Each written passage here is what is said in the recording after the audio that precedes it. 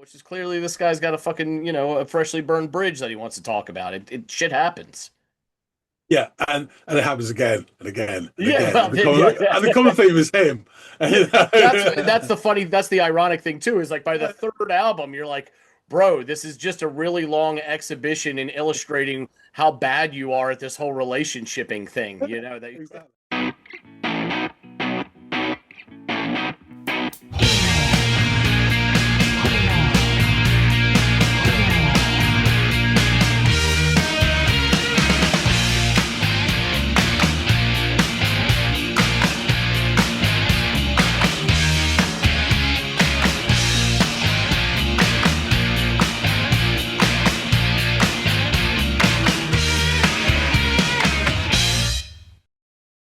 Hey everybody, and welcome to another episode of the Audiophiles. My name's John, whose name's Andy. Hey, I was walking my bag through a 20-story non-stop snowstorm. Pirelli calendar girls wrestling in body lotion. My head is swimming with poetry and prose. Excuse me one moment whilst I powder my nose. More on that later. But first, we have a track to listen to today because it's Friday. Yes, it is. We have a track from one of our wonderful viewers. Up to bat today is Dagenham Dave, USA. And I've been some clever bastards. He has suggested an has been already covered, and I've bunged through a couple of times to Andy, hence he'll be listening to this again. Elvis Costello. Yes. And the track is Lipstick Vogue. Hope that wasn't a Freudian slip, and I'm about to go listen to something that you would deem a trap. But no, yeah, not familiar with Lipstick Vogue by Elvis Costello. So I hope Double D has something good in store for me and not a trap. But let me go off and give this thing a spin and let you and Dave and everybody else out there know my thoughts. Holy snare and toms, Batman. That's a lot of drumming.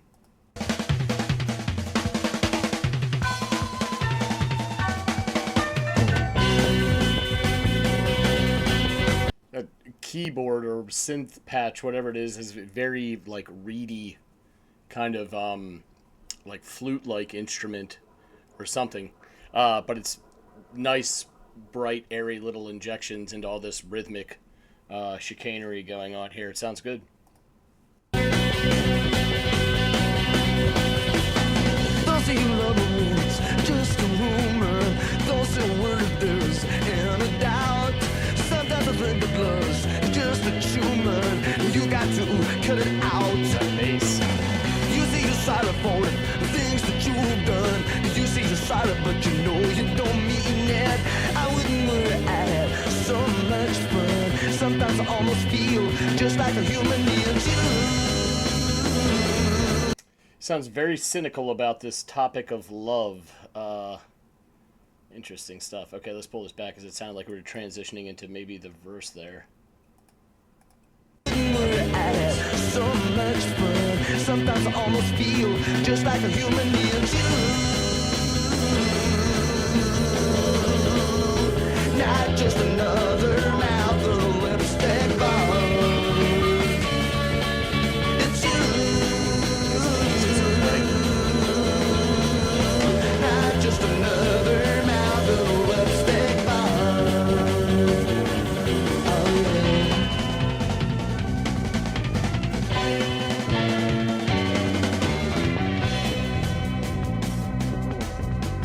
Love this rolling bass. Get to the start machine, almost dead on arrival. Just hit me one more time. Dead alive, why? Maybe they told you you were only a girl in a million. You say I got no feelings. This is a good way to kill them.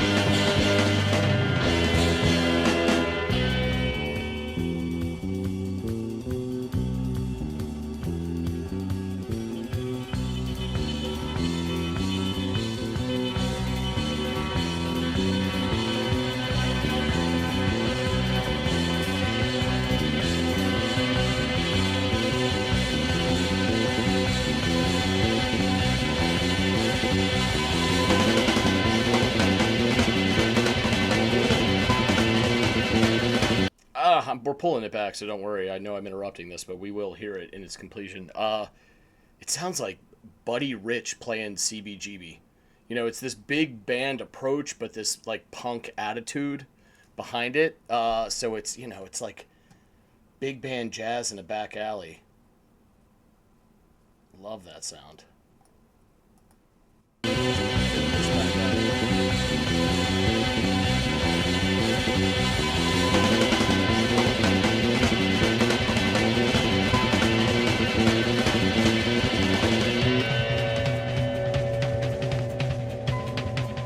Oh yeah, more of that drumming.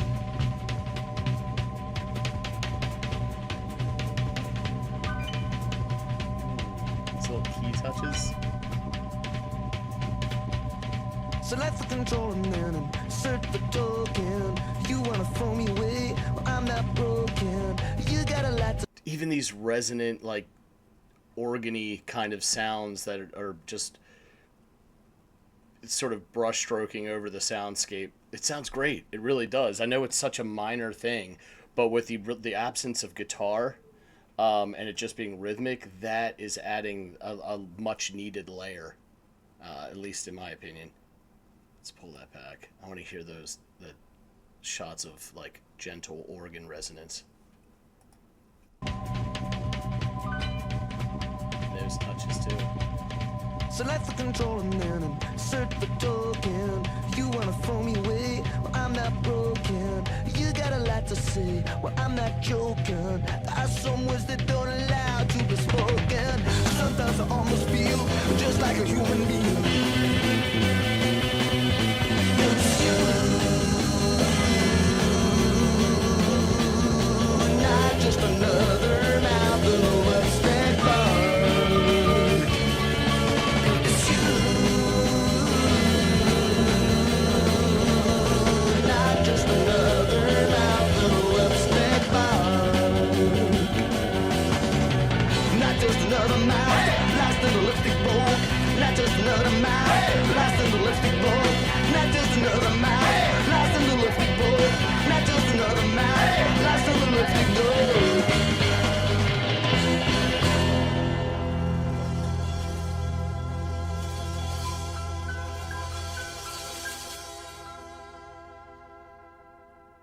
Yes. Yeah, I think I might have a new favorite Elvis Costello song. I love the energy of this. Like, obviously, as like a bassist, as someone who like usually gets locked and loaded into the rhythm section whenever I press play on a song, that's what captures my attention. And this, this is no different. Definitely pulling me in with a great splashy. That's not even because it wasn't just. Yes, the cymbal work was fabulous, but also, you don't open a song like this and not acknowledge the work on the snare and the toms as well. But that rolling bass line under it, and even at one point he like pulls back a little bit as they're building that up, and then he starts, the rapidity of his notes kind of blossoms, and then the drummer obviously takes his cue and starts peppering in more, and it builds and builds, and so those are the sung heroes of this track. The unsung hero is kind of the keys and the organ work that's going on at different points throughout this. It just adds dimension to the track, and like these little added touches of like texture to fill out empty space, right? The absence of the guitar, the key, kind of the organ took over with that resonance, but at the same time, occasionally little tinkles on the key notes would come in as well. These more keyboard stroke piano like notes would be peppered in, and it sounded fabulous. I loved his delivery in this. It was like the music at times, frenetic and fast paced, almost manic, and it kind of fit his like the way he's dubious about love as well. Like he's just rattling off reasons, or it would seem like that's the case anyway. I thought this was fabulous. I really, really enjoyed the song. It was a lot of fun. It made me think. I'm not sure. The second two verses seem to drill down with a bit more specificity, like, outlining places. He talks about a slot machine, and so maybe there's like metaphor or symbolism there or something, that some sort of like, I don't know, allegorical content that John can shed light on for me when we discuss this on the other side. But on the whole, just one listen to this pretty short song, I found a lot of its pieces really captivating and interesting and appealing to me, um, to the point where I'm looking forward to giving this another spin and learning more about this song. We've done enough. I think we've done a couple episodes, at least to this point, covering Mr. Costello. And it's not to say that I'm not interested in him, but we've covered a lot about him. I really like to learn more about this song, maybe the album on which it features, but really like what this is about. What left, from whose vantage point is he singing, if not his own, and if it was his own, what of his maybe real life experiences kind of inspired this track and its lyrics. But the Dagenham Dave, this is a great shout. I really had a lot of fun listening to this. Um, the rhythm section alone was enough to captivate me, but add in all of those other elements that I just mentioned, and yeah, you got a recipe for a really, really interesting go. So I want to check this out some more. But first, let's discuss it with our old fella John. Old Holborn, who's back. So you've had to listen to Elvis Costello and the Attractions. Lipstick Vogue. Please tell all. All right. Well, you answered one of my questions just then by adding the. I wasn't sure if this is just his project or if it was him in the band doing it, which is good to know.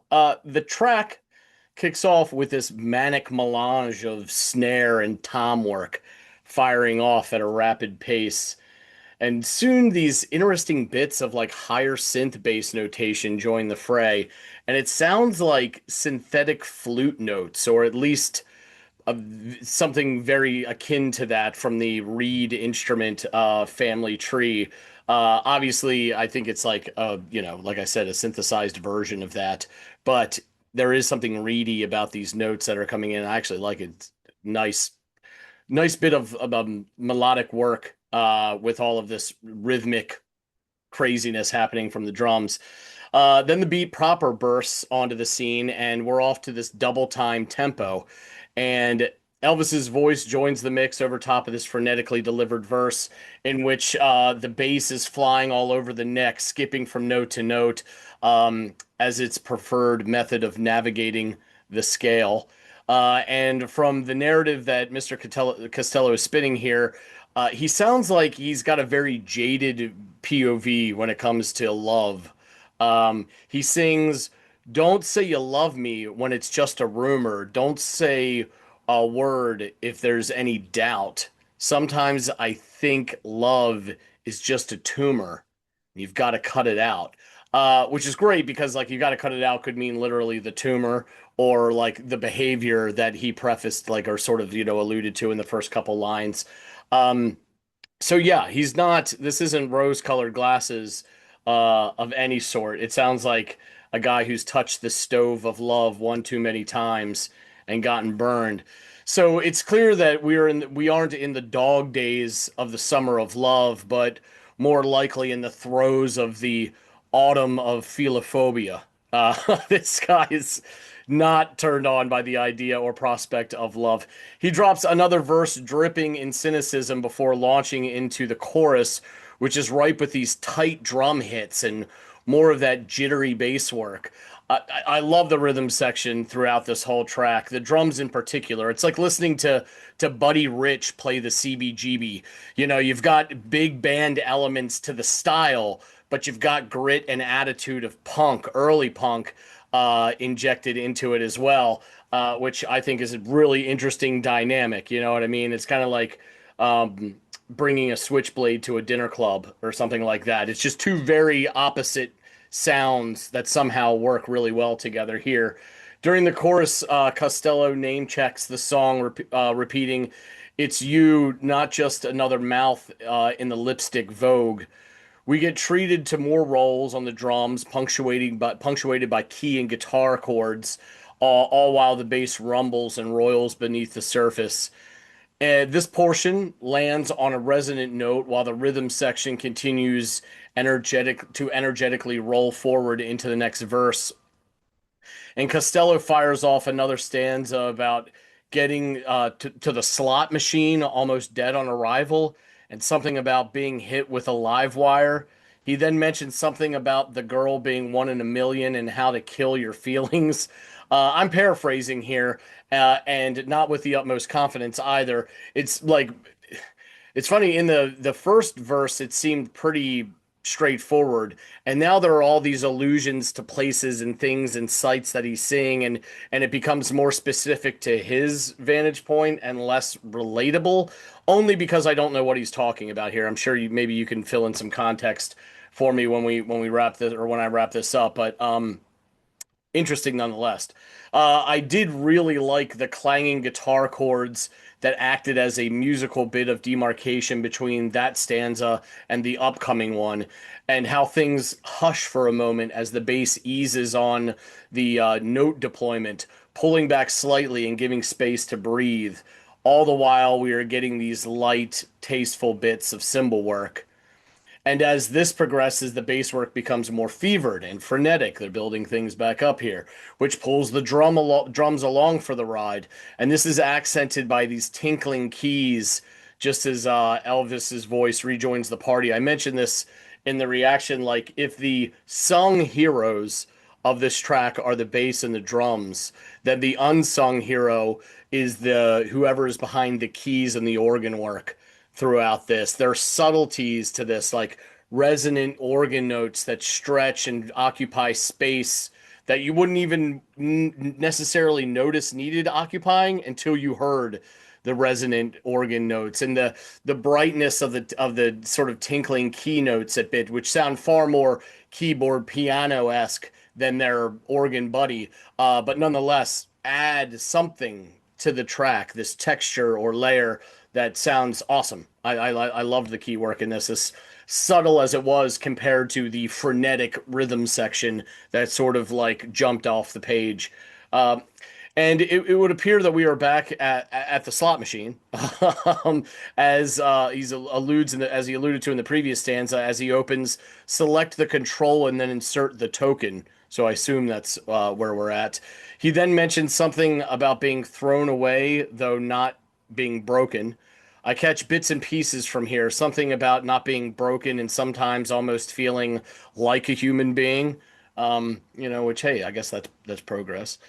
He then delivers the chorus again in a similar fashion as the first iteration, but then things ramp up a bit as he continues to repeat that line, during which he is accompanied by the occasional group chant of "Hey," until they hit those three root notes with the cymbal slightly splashing, whilst the last few key notes tinkle and then fade away.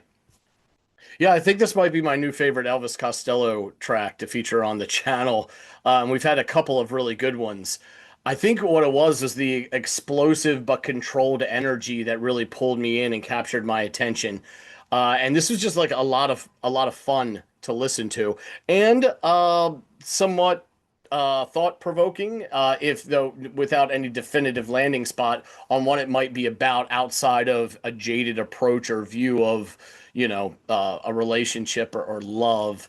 But yeah, this is a good shout by Dagenham Dave. But I'd love to learn more, as I was noting at the end of my wrap up before I came over here, about what the song. I mean, we've covered Elvis enough on the channel that I have a pretty good feeling and and a lot of knowledge about the guy, thanks to you and what you've exposed me to. But this track is really interesting, and I wonder if it's from his POV or if he's taken on the POV of another individual, and in either situation, what it's about. Hey, thanks for that, Andy. Yeah, I shall get into it. I will, yeah. So previously, we have discussed Watching the Detectives live version Great song. and Battered Old Bird.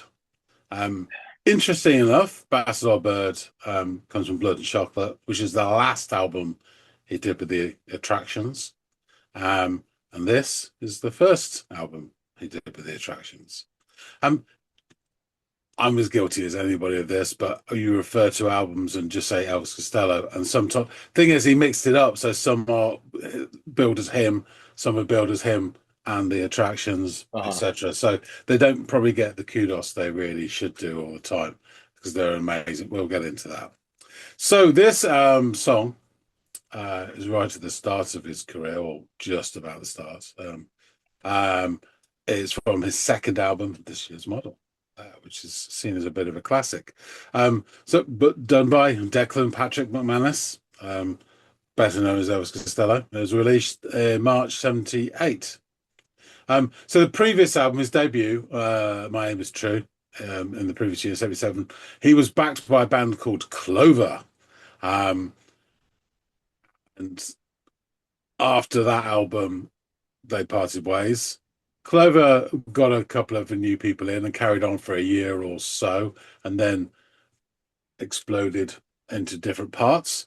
One of them being Huey Lewis and the News, unbelievably, and others as well. And then Costello got together these guys to form the Attractions. So personnel on this song and this album: Elvis Costello, guitar vocals; Steve Naive, keyboards; Steve Naive and the Playboys; Bruce Thomas, bass; and Pete Thomas, no relation, drums.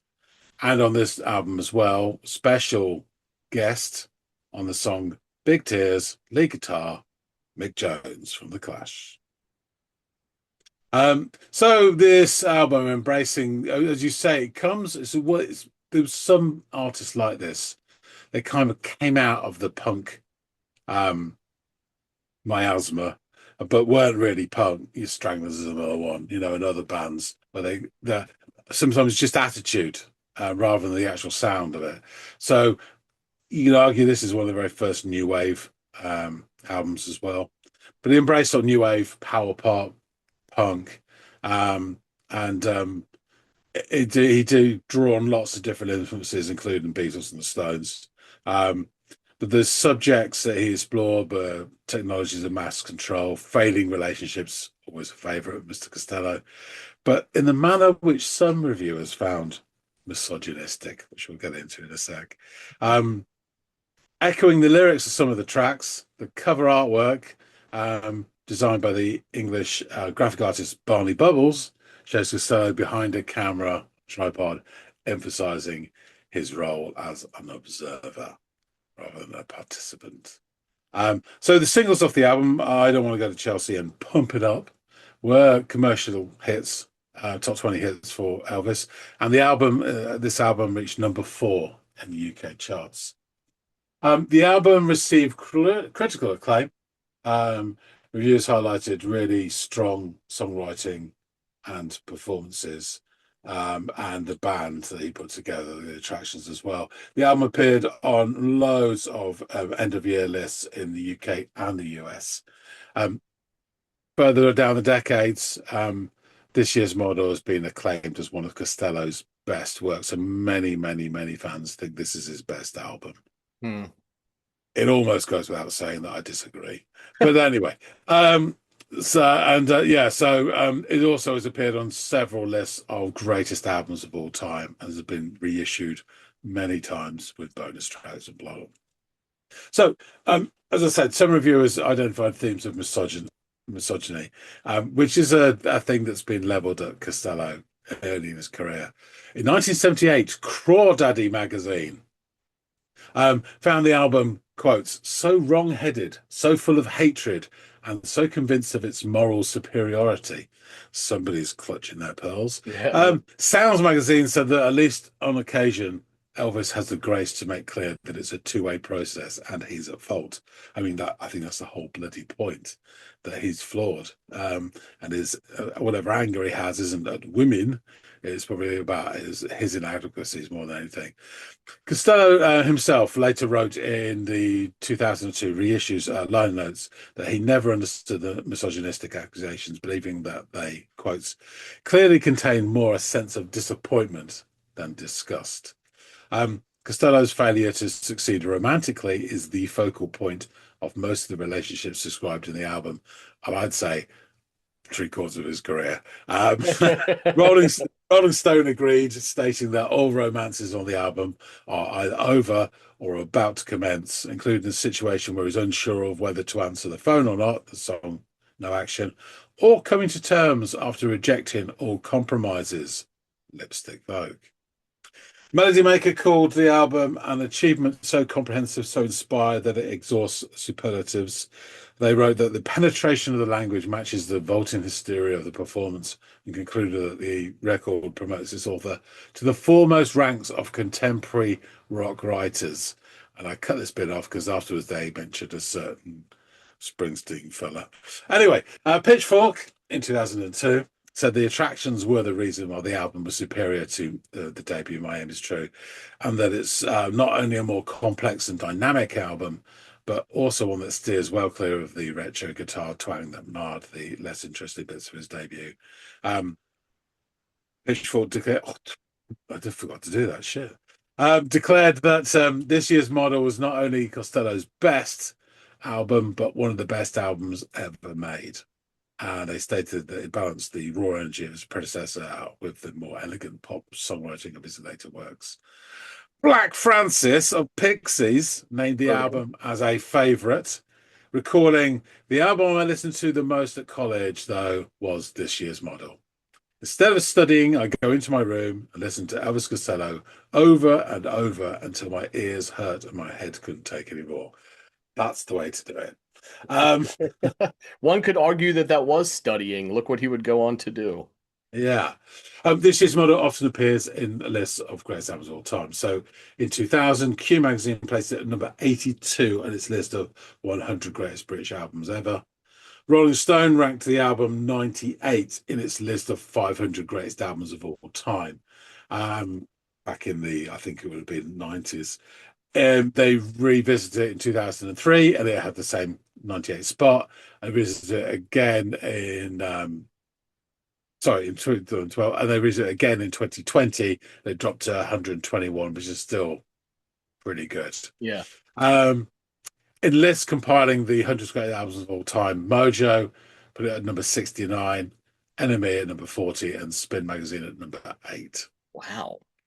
The album was included in the book 1001 Albums You Must Hear Before You Attempt Tie-Dye. And I think we've been to this page before, so I'll very briefly. There it is, as it's mentioned. There we go. And yes, because definitely on this new edition, it's exactly the same as the old one. But you got Dub Housing by Pet Ubu there as well. Next to it, the only ones which we listened to. Other side, The Jam on Mod Cons. Great album. 78 is a good year, to be fair. The adverts, Crossing the Red Sea with the adverts, Big Star, Thirds, yeah. The Residents, Duck Stab, wow. Blondie, Parallel Lines. What a time to pair the modern dance, Kraftwerk, the Man Machine. I mean, what a time to be alive. Yeah. So, about the song itself, Lipstick Vogue is the penultimate track this year's model. In his album notes for a compilation called Girls, Girls, Girls, always full of humour, that Elvis. He recorded the song was inspired by, in quotes, the rhythms of the Metropolitan line, which is the tube, on which it was written, colliding with a song by the Byrds called I See You. He said, in quotes, I didn't mention this bit to Pete Thomas at the time, so what you hear is all his own work, as in the drums. AllMusic reviewer Tom McGuinness wrote that it serves as a showcase for the new group's extraordinary energy and impressive skill, while Costello plays the role of the scornful cynic. Surprise, surprise. Spitting bitter words of one who has suffered third-degree burns at the hands of love. And Modern Drummer noted that the killer intro here, a frenzied snare and tom combination that slides neatly into tightly coiled double time. That intro pattern returns between verses slightly faster before a spooky breakdown gives way to a 12-bar Thomas solo that sounds like a punk drummer interpreting the song Sing, Sing, Sing by Louis Prima. Yes, okay. Exactly kind of what I'm saying. Yeah, it's punk meets big band. Yeah. Exactly. So the lyrics. Don't say you love me when it's just a rumor. Don't say a word if there's any doubt. Sometimes I think that love is just a tumor. You've got to cut it out. You say you're sorry for the things that you've done. You say you're sorry, but you know you don't mean it. I wouldn't worry. I've had so much fun. Sometimes I almost feel like a human being. It's you, not just another mouth in the lipstick Vogue. It's you, not just another mouth in the lipstick Vogue. Oh, yeah. Get to the slot machine almost dead on arrival. Just hit me one more time with that live wire. Maybe they told you you were only a girl in a million. You say I've got not feelings. This is a good way to kill them. Then we get the musical breakdown and then the build back up. Select the control and then insert the token. You want to throw me away, but I'm not broken. You got a lot to say. Well, I'm not joking. There are some words they don't allow to be spoken. Sometimes I almost feel just like a human being. It's you, not just another mouth in the lipstick Vogue. It's you, not just another mouth in the lipstick Vogue. Not just another mouth. Hey, lost in the lipstick world. And that repeats number 3 times. So yeah, I've got a little combination of some of the write-ups here. Lipstick Vogue is a masterpiece of paranoid new wave urgency that serves as this frantic emotional centerpiece of the Elvis Costello and the Attractions' seminal 1978 album, This Year's Model. Clocking in at breakneck pace, the song captures a band firing on all cylinders, perfectly channeling the bitter, claustrophobic anxiety of a dissolving relationship into a ferocious musical assault. The true brilliance of Lipstick Vogue lies in the chaotic chemistry of the Attractions, who perform with an intensity that threatens to derail at any second, but never does. Bruce Thomas on the bass delivers a masterclass in new wave bass playing. His restless, semi-chromatic finger-picking drives the melody. He owns the frantic instrumental break, heavily inspired by classic 1960s live rock rave-ups. And Steve Naive on the keyboards. And this is true actually for the whole album. His piercing B-movie organ lines and jangling piano add a layer of psychological horror and dark cabaret atmosphere to the sonic chaos. And there is that texture, as you said, within the whole album. Actually, he does a really, really great job. That's great. Costello is his most venomous and neurotically brilliant here, spitting venom at the lover whose affections cannot be trusted. Opening line that he delivers is one of his most infamous stabs.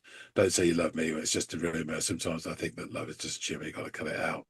So the phrase "lipstick Vogue" itself mocks the superficiality of a modern consumer culture and casual lust, and reduces his partner and perhaps himself to just another mouth swallowed by this trend. The tragic peak arrives when he desperately sneers. Sometimes I almost feel just like a human being.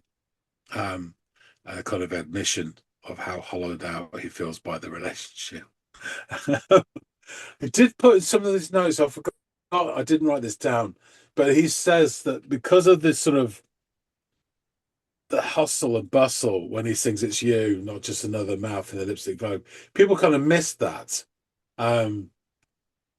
He's saying it's you that's not just another, rather than mean they're quite, special. But people just say it's you, not just another, as in you associate they're just another person within that thing. So it's got an interesting point he makes that he thought that everyone missed. But yeah, so it really is a massive track on this album. Although not being one of the singles, it's a huge fan favorite. And it says here, while never released as a commercial single, its undeniable power has made it an enduring live staple and a favorite of modern bands like the Arctic Monkeys. Never heard of them. And it remains an absolute masterclass in musical adrenaline. Well, so there you go. 2 things on that. One, I could totally see how this would inspire Alex Turner and the boys with the frenetic energy that it exudes. 2, given the timestamp, the earwormy nature of it all, I don't understand how this wouldn't be tagged along as another single. I mean, it's a sub 4 minute song that's got earworm after earworm in it, all this hooky stuff happening. Yeah, to me it screams put this out on the radio. Yeah. Yeah, no, exactly. I totally agree with you. I don't know why. Yeah. I was only 8 at the time when it came out, so I can't tell you. You can only do so much, right? But yeah, it seemed to that period just going on from there that he seemed to be on the radio for about 3 or 4 years all the time, Yeah. single after single after single. I mean, Oliver's Army and all that sort of stuff, Emotional Detective, and yeah, there's loads of them. But yeah, this was really, he hit the ground running with his first album, and then this really is a massive step up. I say it's not my favorite, but it's a really, really good album. Really, really good. It's just interesting to he's got this band in place that are just so good. Clearly, you can hear from that. Oh my God, yeah. All of them are just fantastic. Because it's just him on guitar, right? Yeah. And then the other three players, this is no slight to Elvis. This is his song. I understand that. But as I'm listening to this and reacting to it organically, the three other individuals are the ones that are getting all of my adulation in real time as I'm listening to this. The rhythm section for obvious reasons. And then, like I said, this sort of unsung, let me season this, this stew or this spice or curry the correct way in the form of these keys, whether organ or keyboard, piano. So good. It was so good. It added all the little accented accoutrements that you would need to what those guys are doing heavy lifting in the rhythm section. So yeah, obviously three amazing musicians he sort of strapped his star to, or the other way around, because they're wildly talented. Yes. Oh, indeed. No, I pretty much agree with you there completely. The one thing I would say is that yeah, he's the guy who's writing all this and create the atmosphere for them to then also bounce off and shine. And he's such a good writer. It's so interesting, his stuff. There is this vein of, it's not misogyny, definitely, because he doesn't hate women, but it's this vein of bitter disappointment. Bitterness is the word I was just going to say. Bitterness, which is like, I think it's a little too far for for a large majority or the prevailing voice among the music critics at the time to label it as extreme as chauvinist. When, as you stated, it's more of a mirror held up to him and showing where he is in this current state than it is about all the women in general. If you want to say maybe he's being a little hard on his ex, okay, but I don't think that can be taken to the level of, and therefore he's a chauvinist. Yeah, he's bitter at his ex. Come on, who hasn't been in their life? And it doesn't make them, against the entire gender as a whole, which is clearly this guy's got a fucking, a freshly burned bridge that he wants to talk about. It shit happens. Yeah, and it happens again and again and Yeah, again. And the common theme is him. That's the ironic thing too, is like by the third album, you're like, bro, this is just a really long exhibition in illustrating how bad you are at this whole relationshiping thing, Exactly. Bless him for it. Yeah. Cool. All right, I should wrap things up. Thanks for listening this Sunday. Thank you. Thanks, Dagenham Dave, USA, for suggesting this. I would have probably got around to this myself, but yeah, this is a great shout. Very enjoyed listening to this again, as always, Mr. Costello. So, folks out there, please tell us what you think. If you like this, do hit the like button and drop some comments. Let us hear what you have to say about this song and this album as well, Mr. Costello. We'd love to hear your thoughts. If you haven't subscribed already, please do. We really appreciate everybody who does support the channel. And if you've got a track you want us to listen to, drop a comment in any one of the episodes. As long as one of us hasn't heard it, we'll add it to the list and get round to it at some point. That being said, thanks so much for watching. And see all of you on the next episode of The Audiophiles. Have a good weekend, guys.